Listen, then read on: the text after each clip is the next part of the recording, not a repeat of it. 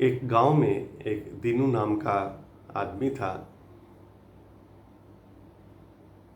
कोई भी अगर भूखा होता उसको अपनी रोटी दे देता, भले उसको एक दिन भूखा रहना पड़े, लेकिन उसके दिल में दया थी और वो कुछ भी उसके पास खाने का होता वो दूसरे को दे देता।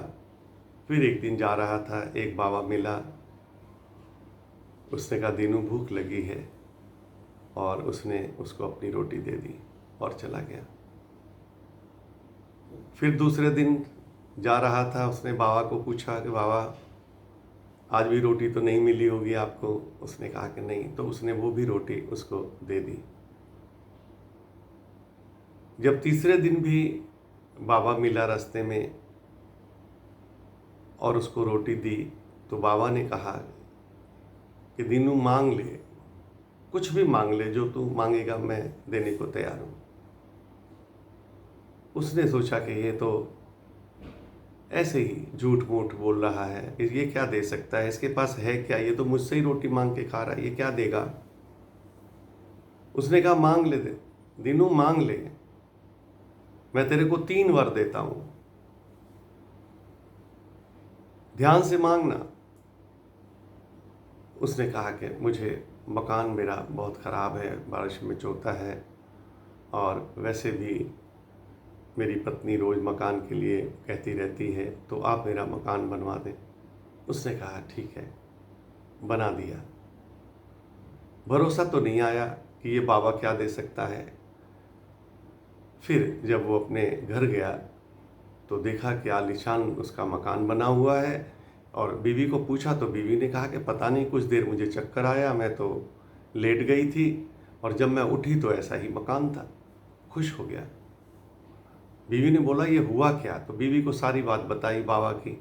बीवी ने कहा कि जाओ उससे गहने मांगो, सोना चांदी सब तरह के गहने उससे काफ़ी सारे लेके आओ।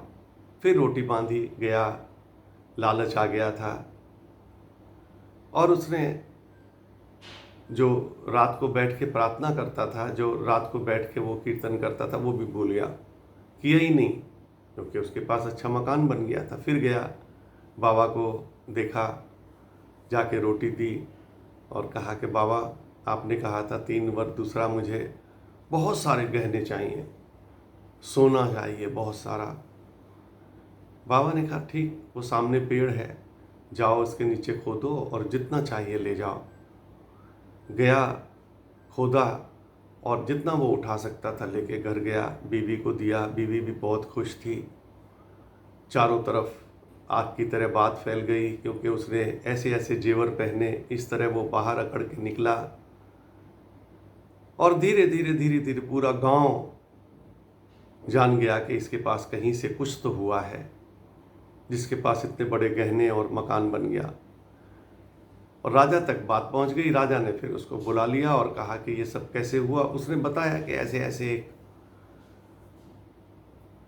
संत था, और उसको मैंने रोटी दी, और राजा को भरोसा नहीं आया। उसने कहा या तो तेरे पास कोई जादुई शक्ति है, और या तुमने कहीं से डाका या चोरी की है, इसको फांसी के तख्ते पर चढ़ा दो, ये कोई ज़्यादा जादूगर है।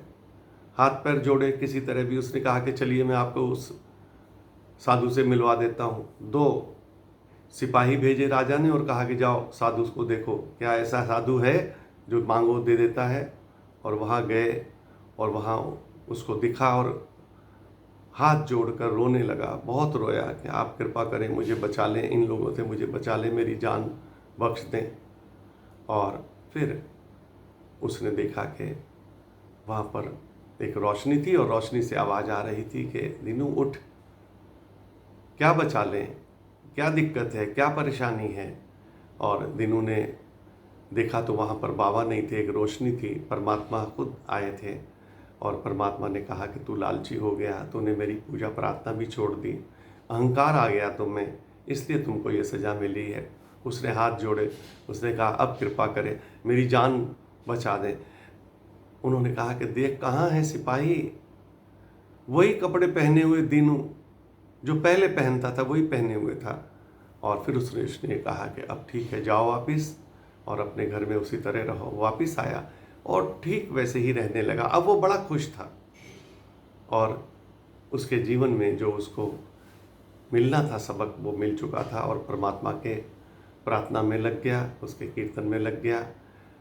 अगर हम अहंकार छोड़कर उस परमात्मा के कीर्तन में लग जाते हैं, उस परमात्मा के उसमें साधना में लग जाते हैं, यही जीवन है। धन्यवाद।